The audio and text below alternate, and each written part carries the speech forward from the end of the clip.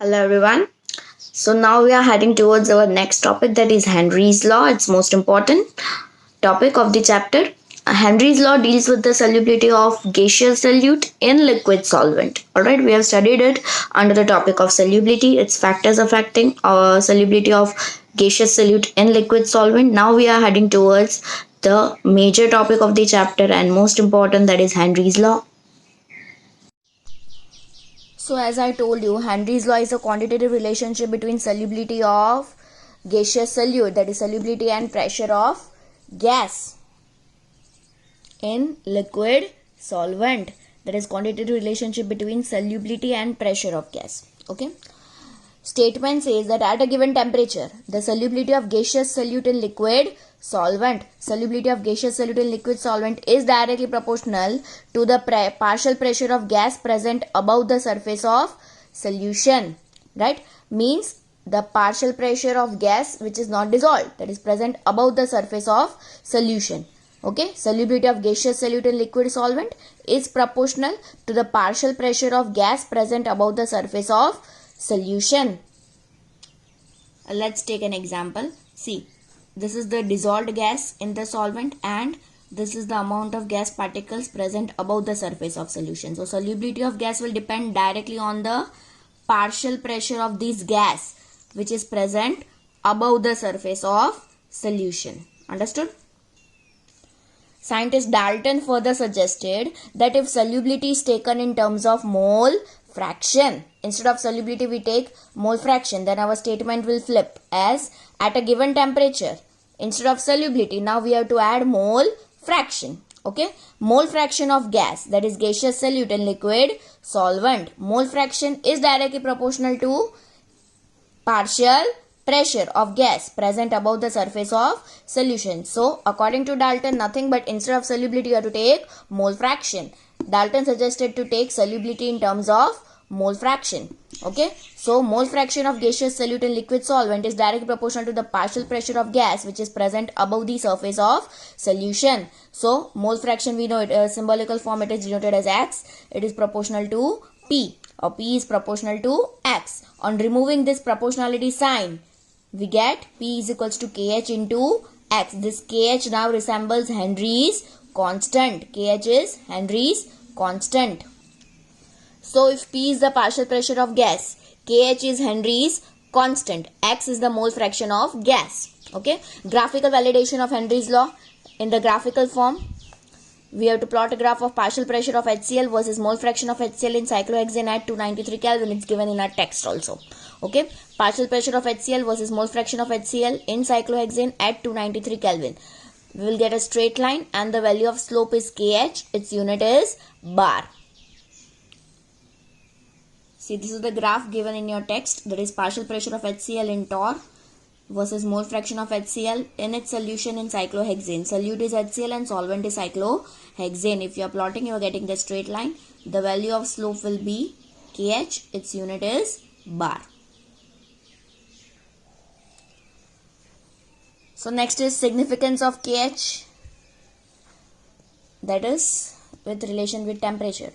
KH is a function of nature of gas. It changes with the change in temperature.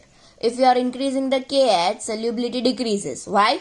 Because as temperature increases, KH increases, and KH increases, then solubility will decrease.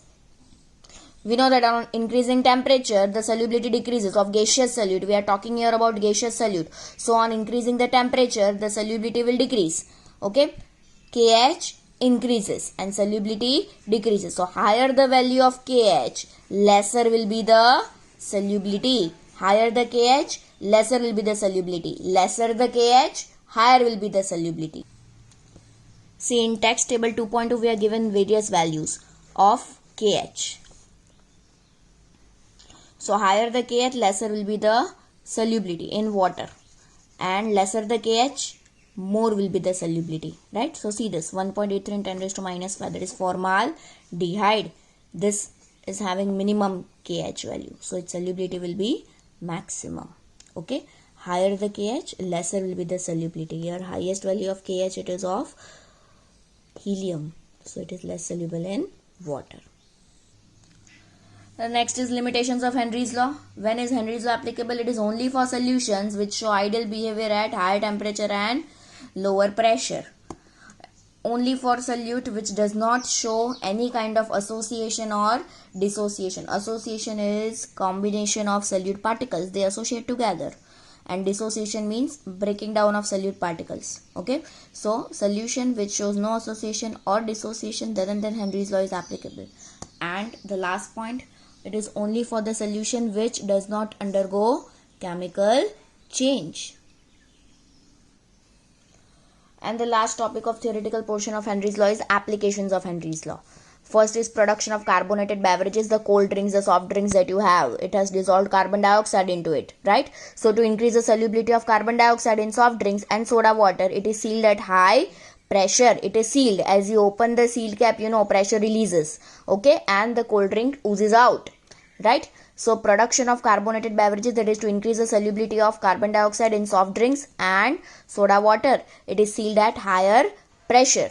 Okay. Next, for people which are living at higher altitudes or the climbers, at high altitude, as you move on to higher altitude, we know that pressure of the air decreases, right? Partial pressure of oxygen in the air is less than at the ground level. Concentration of oxygen in the blood also will decrease, and consequently weakness is felt physically as well as mentally. It is called anoxia, lack of oxygen supply, right? Lack of oxygen due to decrease in partial pressure. It is called anoxia. Next is in sea diving, scuba divers. Scuba divers, they take oxygen cylinders with them, right? For deep sea diving. They breathe the air at high pressure underwater. If pressure of the gases increases, solubility of atmospheric gases in the blood will also increase. So when they reach the surface, when they are returning back, pressure is decreasing. Gases are released from the blood and bubbles of nitrogen gas are formed. It might block the arteries and it may lead to decompression sickness. So what is the remedy of this? So to avoid decompression sickness, cylinders are filled with mixture of gas 11.7% helium, 56.2% nitrogen and 32.1% oxygen. So that cylinder does not include only oxygen, it includes mixture of the gases 11.7% helium, 56.2% nitrogen and 32.1% oxygen in order to prevent decompression sickness. So that was all regarding the theoretical concepts of Henry's law. I hope you have understood the law, statements, graphical validation, applications and limitations of Henry's law. Next lecture we will be doing the numericals of Henry's law. Make sure the theoretical concepts are clear for solving the numericals. See ya, and do press the like and the subscribe button, okay? See ya for the next lecture.